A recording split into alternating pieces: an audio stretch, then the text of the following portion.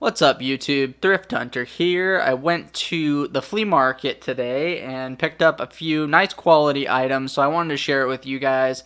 I spent in total about $1,030. Let's go ahead and get started and show you what I found. I'm going to start with this pocket watch because it's ticking and it's kind of annoying, so we're going to start out with this. This Elgin pocket watch was 20 bucks. So this guy only had a few items for sale and didn't know anything about pocket watches. He didn't even know if it was running. And as you can see, it is running. And obviously, any pocket watch, I mean, even broken for 20 bucks is a good deal. And this is running, and the dial looks really nice and clean. It's a nice size. It's probably about a 16 size. And it's a gold-filled case. The gold-filled is pretty worn. It's not a fancy case. Nothing really that great about the case, but the condition of the dial is really good. So the thing with the thing with pocket watches is you can always recase it to a fancier case. You can always, if you don't have a good dial, get a watch with a good dial. I mean, there's like different things that collectors do to get like one complete piece because they made a lot of these Elgins, and so you really want to piece together one perfect pocket watch if you're like a collector. You'll get a nice case that's the same size and put this movement in it, or just keep it as is, of course. There's no problem with that. But this is actually a pretty nice Elgin pocket watch. When I opened it up and I saw the movement, it's all pretty fancy. I mean, nothing crazy, but it's a pretty fancy one. It's not plain. And it's 19 jewels, so that was nice. A little bit higher jewels, so yeah, this one's actually in better condition than most of the pocket watches I buy. End up being even more beat up than this. So definitely a good score on that. I mean, that was just a no-brainer kind of pickup there. So there's that Elgin pocket watch. Here is a different watch. So I got this thrown in on a deal with some gold that I'm going to show you. But this is a Steelco. See if I can get it to focus on it, but it's pretty beat up. It's kind of like a World War II style. It might be actually World War II, I'm not sure, but it's waterproof and Swiss made, and you guys know I like those Swiss watches. Except for the dial on the orange here, you can see some pitting of that kind of finish that they put on it, and that can't really be fixed. So that's a little bit unfortunate, and I wasn't really interested in this watch. I just was kind of looking at it, and he was like, oh, I'll throw it in if you buy these other two pieces. So decent little watch, maybe worth like 30 or 40 bucks at best, I would think, because it's pretty beat up as well. And then I got this pair of earrings here. So this is from that same company, that bamboo trading company, the California company that has their stuff made in China. Cloisonne, but look at those. I mean, I go through and see a lot of jewelry, and those are just really cool, just neat, unique stuff that you just don't see at every booth. And I asked how much, and they were 20 bucks, and I figured, for 20 bucks, that's no problem. I don't think, again, that these are very expensive necessarily, but really, really cool designs from this company. I really like it. So I think these I should have no problem selling. Probably value-wise about the same as the other pins and stuff, like 40, 50, maybe 60 on a really good day. But definitely I think an easy 40. Those are really neat, big earrings. Not really practical to wear, I guess, but you never know. Someone might. So I really like those little cloisonne enamel pieces. Here's a little Native American Kachina necklace that I bought. This one was probably one that I paid maybe too much for. I paid 55 bucks for this with the chain, and it's an older one, and it is signed. It does have a signature up here. It looks like SW. I haven't been able to find out the maker quite yet, but it's kind of one of the things. It's a good piece. I mean, I'm totally okay with it. Obviously I bought it, is you kind of hedge your investment when you're buying multiple pieces. There's things that I like about jewelry in specific is that when you're buying multiple pieces, it's just odds are you're going to make money off of something because it's jewelry. I mean, jewelry is a very subjective thing to where some things you can get a really good price on, and then other things will just not sell. It's a weird market, but by buying multiple pieces, you're just going to be safe. Like I've said before, it's just I don't lose money buying jewelry. It's kind of hard to do if you're buying stuff right. So that's like one piece I bought, and then I bought this piece at the same sale. So I just saw this side, and I kind of asked how much, and they were like, oh, $80. I was like, I'm like, no. And then I bought this piece, and he was like, okay, well, I was like, give me a better price on this one. And then he like flipped it over, and it had turquoise on it. It's like, oh, it's like even better, I guess. I mean, not, that much better. It doesn't make that much of a difference, but kind of cooler. And he was like, all right, well, I'll do 65. And I looked at it, and I just figured for $65, it's a pretty good deal. I have to test it. There's no markings on it. But, I mean, if you look at it, I'm pretty sure it's sterling. And it looks Native American, and it looks pretty old as well. And it's like three-dimensional. The part that I really liked was the detailing on both sides. It's not just a single-sided piece. It's like a very three-dimensional piece. So, value-wise, I don't know. Somewhere in the like $125 to $150 range, I would think, would be fine for this. Worst case, I have to take $100 or whatever. I think I can get that at least. So those were some really cool pieces. And then I bought this bracelet from a dealer friend of mine. And I knew the estate sale that this came from. I don't think I ended up going to it, but he must have gone to it. He met up with this person.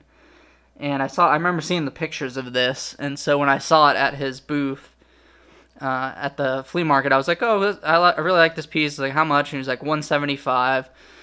And then I was just like, no, what's your best price? He's like, well, it's $175. And I'm like, $175 is too much. Like, what's the best we can do? I want to buy it. And I told him, I was like, he knows that I buy designer stuff. He's not really interested. A lot of the dealers at the flea market are really interested in weight. And they know nice pieces, but they don't know, like, really the specific designers and the specific styles and the things that are worth, like, more on the higher end, I guess. It's kind of hard to explain, but it's like they're just interested in buying it and selling it and making a little bit of profit, which is the same thing I do, but I just know a little bit. I have a different niche than they do, I guess.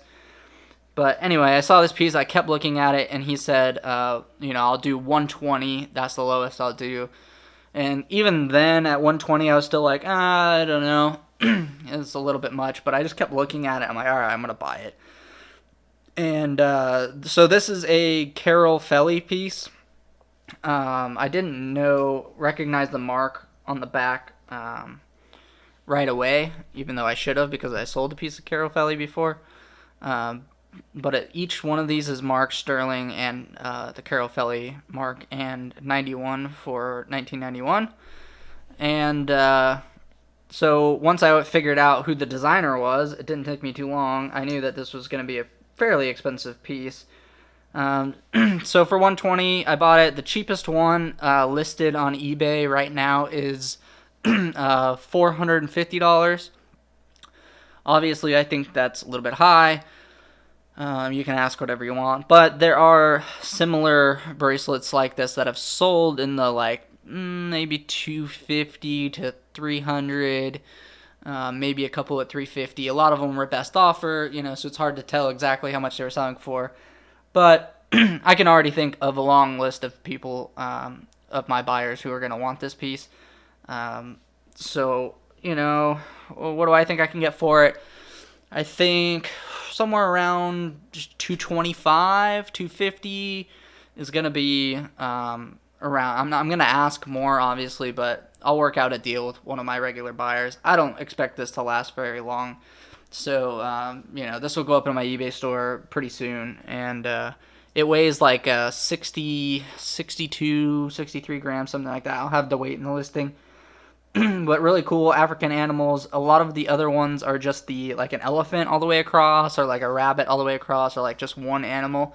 And this one's the multi-animal one, and it's just really, really an awesome looking bracelet. It's really big, really cool, like good conversation starter. So there's that piece, really high quality, and I got that from a buddy of mine. So I'll have to sell him. I'll sell him some gold or something somewhere down the line. He pays really good for like gold scrap and stuff. So I'll make sure to return the favor, and hopefully we'll do some more business together. So there's that piece, and then here is this piece, enamel piece. You guys already know I'm a big sucker for enamel. David Anderson, Sterling, Norway. David Anderson's a really good name, and you know, the condition on it is pretty good. There is a little bit right up here near the face, there's a little bit, and then in some of these petals there's a little bit of wear.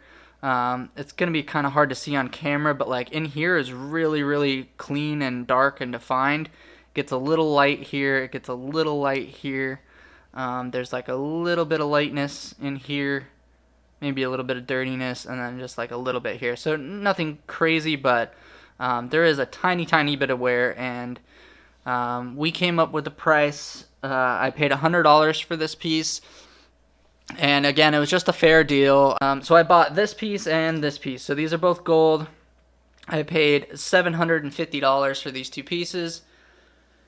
And yeah, overall, it was a pretty good deal. And then I got the this watch thrown in. So the first thing I saw was this piece. I think a lot of people were looking at this piece, and they had it marked at $575, which I didn't think was necessarily terrible. But I did some research on my phone really quick, pulled up, basically you just type in 18 karat portrait, and there was actually several of these. These are actually very common, apparently. You can find several examples online. It's from Italy, and I saw one sold for like $350, one sold for $400, one sold for $500. It's just kind of different sizes, different conditions, and things like that. So I showed them. They're like, "Well, show us," and they're like, I showed them. It's like $400.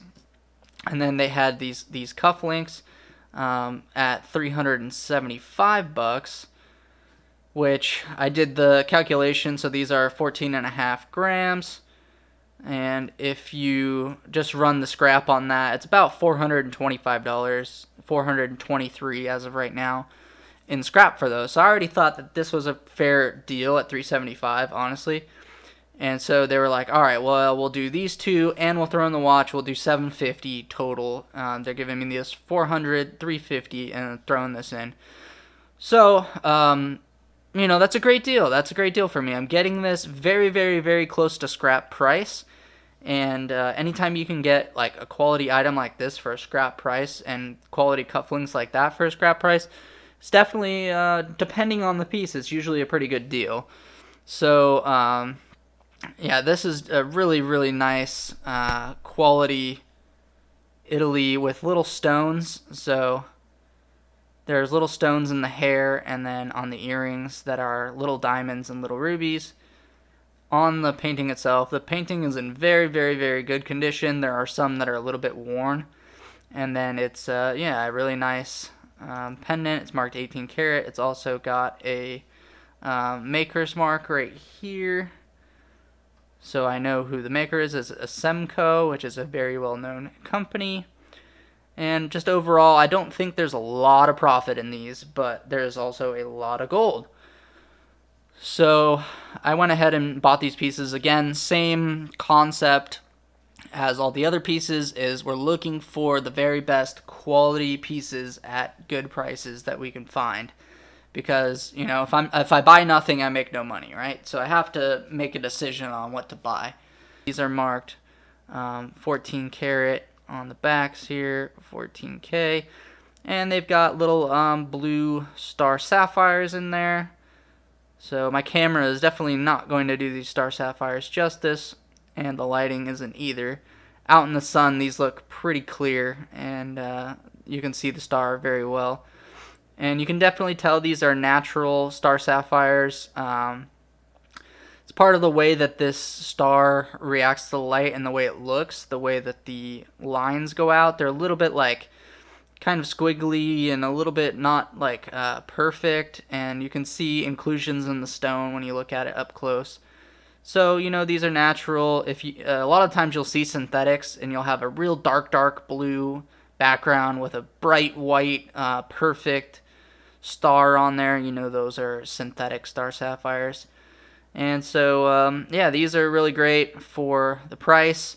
I think these cufflinks, I found some very similar ones selling for about 500 to 525 bucks, and that's not a bad day for a rather slow week. Really happy with these items. Quality is perfect. I'd rather buy, you know, 6 or 7 items for $1,000 than buy 30-40 brooches for $1,000, because it's just going to be way easier to list. There's not that many listings. I can knock this out in maybe an hour and a half, get all this listed. I can ship all this stuff very easily, very cheaply.